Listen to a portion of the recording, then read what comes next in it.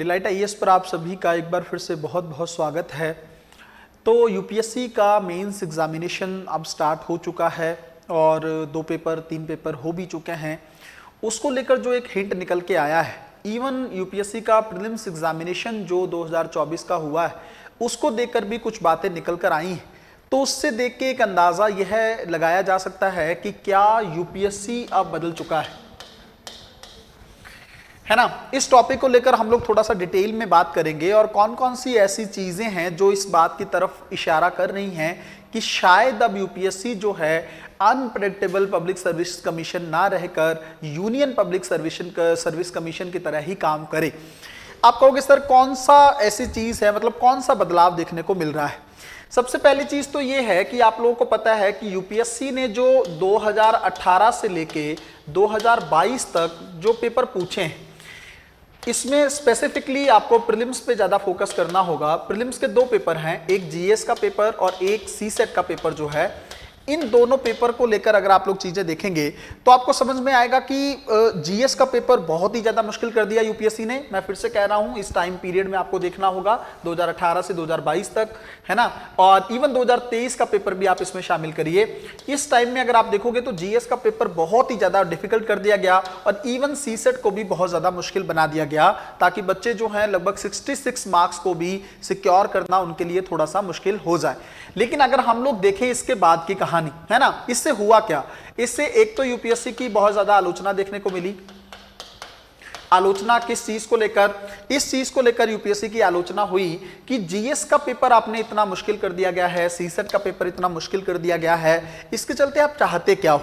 क्या आप ये चाहते हो कि मेंस जो लिखें वो लोग ज्यादातर बच्चे ऐसे होने चाहिए जिनका इंजीनियरिंग बैकग्राउंड हो या जिनका मैथ पर बहुत अच्छी पकड़ हो, क्या ऐसे लोग ज्यादा होने चाहिए, है ना। दूसरी चीज ये भी थी, अगर आप देखेंगे यूपीएससी का जो जीएस का पेपर है ना, अगर कोई बच्चा अगर आप देखेंगे सीसेट क्वालिफाई कर पा रहा है तो वो जीएस में रह जा रहा है, अगर जीएस अच्छा है भी तो सीसेट की वजह से वो प्री क्वालिफाई नहीं कर पा रहा है और मेंस एग्जामिनेशन में नहीं पहुंच पा रहा है। तो 2 चीजों को लेकर यूपीएससी की आलोचना थी। दूसरा, अगर आप मेंस एग्जामिनेशन को इस टाइम में देखेंगे तो जो एसए का पेपर है मेंस में, हालांकि बाकी पेपर ठीक ठाक लेवल पे कर दिए गए थे शुरुआत में। अगर आप यूपीएससी का मेंस देखेंगे 2013 से लेके 2017, 18, इवन 19 की अवधि तक, तो आपको दिखेगा कि यूपीएससी का मेंस एग्जामिनेशन बड़े बड़े सवाल पूछना, 3-3 लाइन के सवाल मेंस एग्जामिनेशन में आते थे। तो अभी जो है उस पैटर्न को बदला था, 2-3 साल पहले ये प्रोसेस शुरू हो गया था। लेकिन अगर आप मेंस में एसए के पेपर को देखेंगे तो ये पेपर आपको देखने को मिलेगा कि इस पेपर को यूपीएससी ने पूरी तरीके से क्या बना दिया था, दार्शनिक पेपर बना दिया था, है ना। तो दार्शनिक, चलो इसमें कुछ बुरा तो नहीं है ना, फिलॉसफी के ऐसे थे तो आपको थोड़ा सा इसका मतलब एक चिंतक की भांति इस पेपर को डील करना था। बट फिर यूपीएससी की आलोचना इस चीज को लेकर होने लगी और यूपीएससी को ज्यादा ही इसमें उतरने लगा, है ना। उतरने लगने का मतलब ये था कि इतने ज्यादा डीप में ऐसे पूछे जा रहे थे जिनका मीनिंग तक भी एस्पिरेंट को समझ में नहीं आ रहा था, और अगर थोड़ा सा मीनिंग गलत हो जा रहा था तो पूरा डायमेंशन ही ऐसे का गलत डायरेक्शन में जा रहा था। तो फिर इसलिए इस बार यूपीएससी का मीन्स थोड़ा सा बदलाव जो है आप देख सकते हो, और वो बदलाव ये है कि ऐसे में ठीक है दार्शनिक कुछ टॉपिक्स तो हैं ही, लेकिन कहीं ना कहीं पे वो ऐसे हैं कि उसको थोड़ा आसानी से समझा जा सकता है ना। मीनिंग समझ में आ जाएगा तो एटलीस्ट डायमेंशन गलत नहीं होंगे। वो बात अलग है कि किसी का कंटेंट बहुत अच्छा होगा, किसी के पास बहुत अच्छे एग्जांपल्स या बहुत अच्छे कोटेशंस नहीं होंगे, वो बात की बात, लेकिन एटलीस्ट आपको मीनिंग तो समझ में आना चाहिए। तो यहाँ पे यूपीएससी थोड़ा सा बदला है, आसान कर दी है चीजें।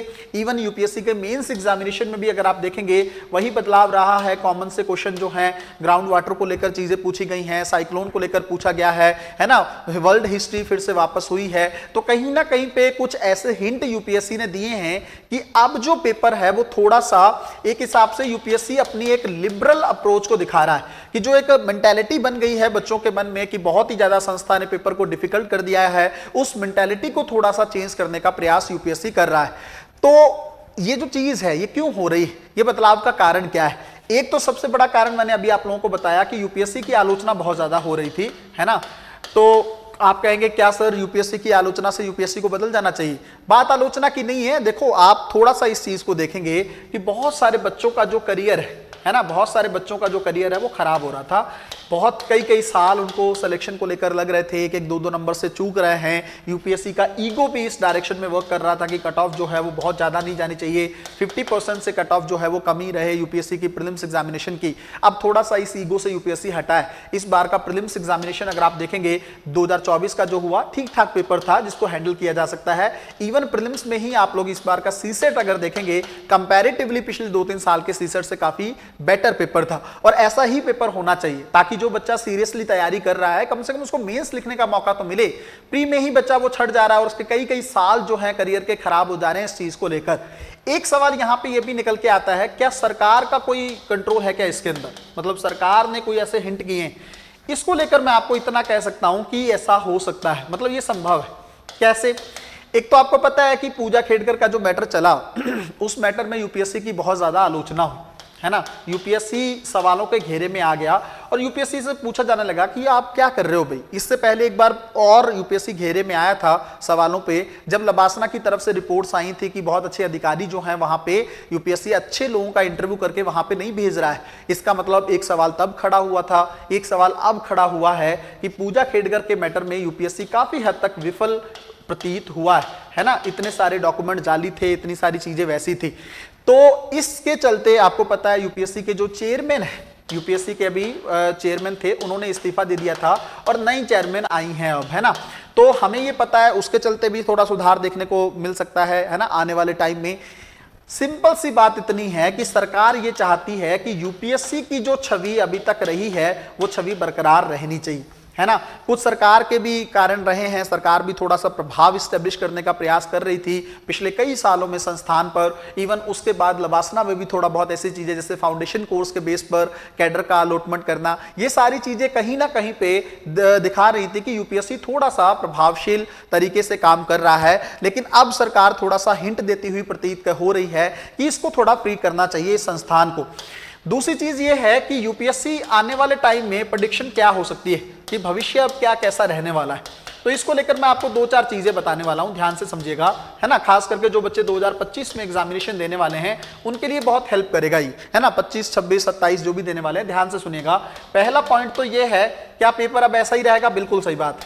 पेपर अब थोड़ा सा आसान रहेगा बट ट्रिकी रहेगा। ये मैंने आपको बताया था कि यूपीएससी के प्रीलिम्स एग्जामिनेशन को भी आसान समझने की गलती मत करना। 2024 में जो पेपर आया है, हाँ पेपर एक नॉर्मल पैटर्न पे है, पॉलिटी से अच्छे सारे सवाल पूछे गए हैं, ठीक ठाक लेवल का पेपर था बट ट्रिकी था। मतलब आप लैब चूक कर सकते हैं अगर आपका अच्छे से तैयारी नहीं है, आपने कॉन्सेप्ट पे काम नहीं किया है, आपका बेसिक बहुत अच्छा नहीं है, तो आप चूक सकते हो इस चीज से, है ना। दूसरी चीज क्या करने की जरूरत है, आसान पेपर रहेगा। और क्या आसान, ये प्रीलिम्स प्लस मेंस में ही रहेगा? देखो मेंस तो पहले यूपीएससी ने आसान ही कर रखा है, अब प्रीलिम्स में भी चीजें थोड़ी सी बेटर देखने को मिलेंगी। मेंस का सेगमेंट जो एसए में था, इसको लेकर सब बच्चे परेशान रहते थे कि सर फिलॉसफी के एसए को ज्यादा कैसे डील किया जाए। देखो अभी भी डील तो वैसे ही करना होगा एसए को, लेकिन थोड़ा सा काम आपको ये करने की जरूरत है कि एसए अब मीनिंग आपको समझ में आ जाए तो थोड़ा सा विचार करने की जरूरत है, थोड़ा सा सोचने की जरूरत है ना, थोड़ा चिंतन करना होगा। तो इस तरह का पेपर है कि आप लोग बहुत इजीली तरीके से डील कर सकते हो। तो बहुत अच्छी न्यूज है भाई आप लोगों के लिए, है ना, एक बहुत अच्छी खुशखबरी कह सकते हो आप कि यूपीएससी अब थोड़ा सा बदल चुका है और इस बदलाव का फायदा आप लोगों को होने वाला है ना। तो मिलते हैं अगली वीडियो में, तब तक अपना ध्यान रखें, अपनी पढ़ाई को बहुत अच्छे तरीके से करते रहें। बहुत बहुत धन्यवाद।